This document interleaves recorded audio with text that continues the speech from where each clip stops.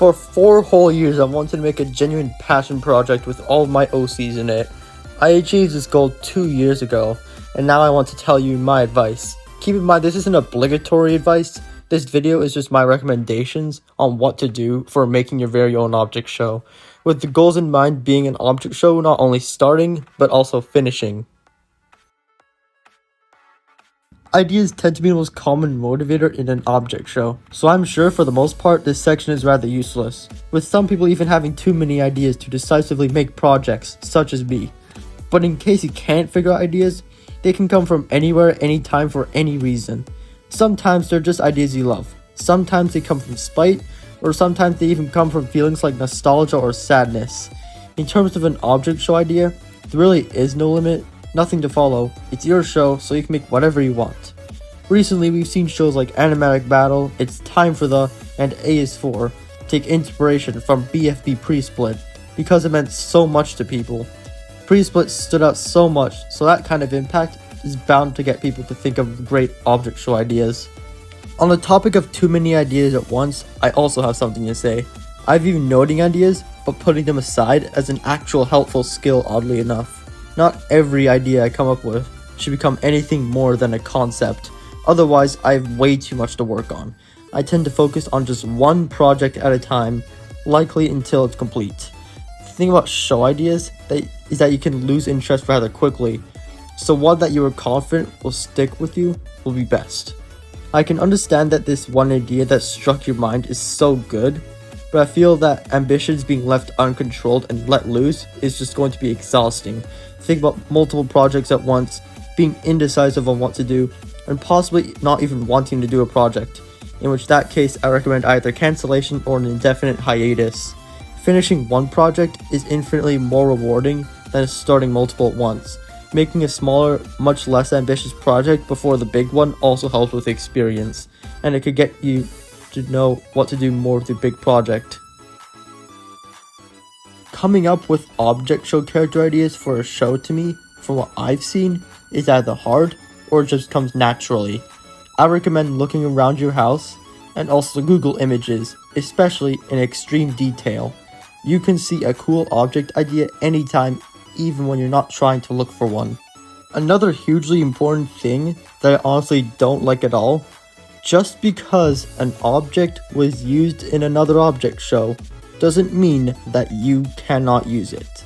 All this does is limit you and make character creation all the more time consuming.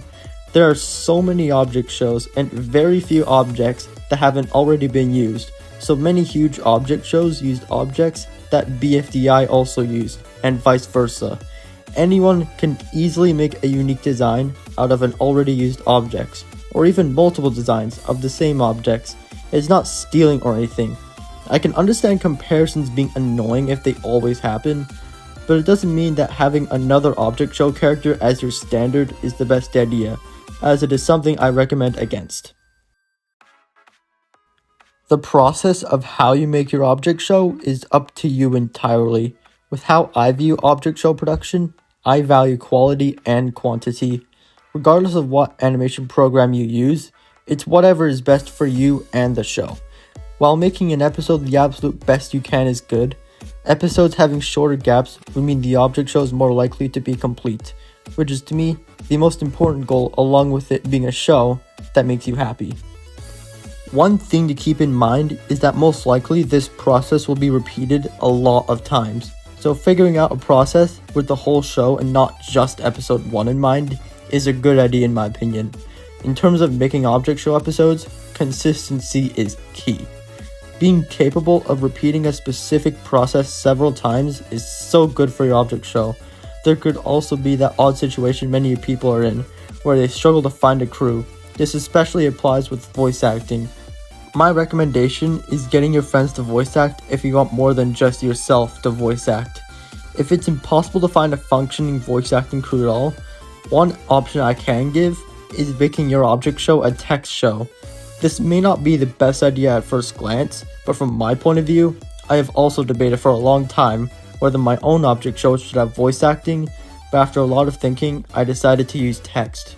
To be fair, I kind of had to, considering my OC count, but this decision still pretty much saved my object show from cancellation.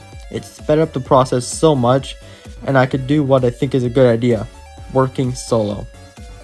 Making your whole object show alone may seem daunting, but you could work your own pace and not have to deal with a crew, which for a lot of object shows slows things down a lot due to some people taking a while. One important thing is that there are a lot more object show creators than you think. They're all passionate and want their project to release, so each one is likely focusing on their own object shows and also on their own life. Another trick that helped me is not to rely on motivation bursts. Sometimes whenever I subconsciously don't feel in the mood to do production, but I still want to do production, I make a small amount of progress on those days by forcing myself to. Long term, this adds up and really helps. If you have a motivation burst on a current project though, take full advantage. My mindset is also different from many I've seen, but for the most part, view count does not affect me at all. If my object show gets a low amount of views, I never care because the episode is still out. I would infinitely rather have a single, dedicated, loyal, and kind-hearted supporter for me and my projects instead of 10,000 views on one of my object shows. Which, keep in mind, you don't have to fully watch a video for YouTube to register a view. The one supporter, on the other hand, will be a genuine friend, someone who can motivate you, and as a whole make the world a better place for you. Even if that kind person isn't really there, for the average creator, getting the episode out matters so much more than view count that it's insane. View count I can understand being important for those monetized and all, but as a form of validation, views are overrated in my opinion. That's about all I have. I really hope you found what I said to be helpful, because you seeing this video are likely super passionate one way or another, and want to express said passion. I wish you all the best in your creative endeavors. See you all later.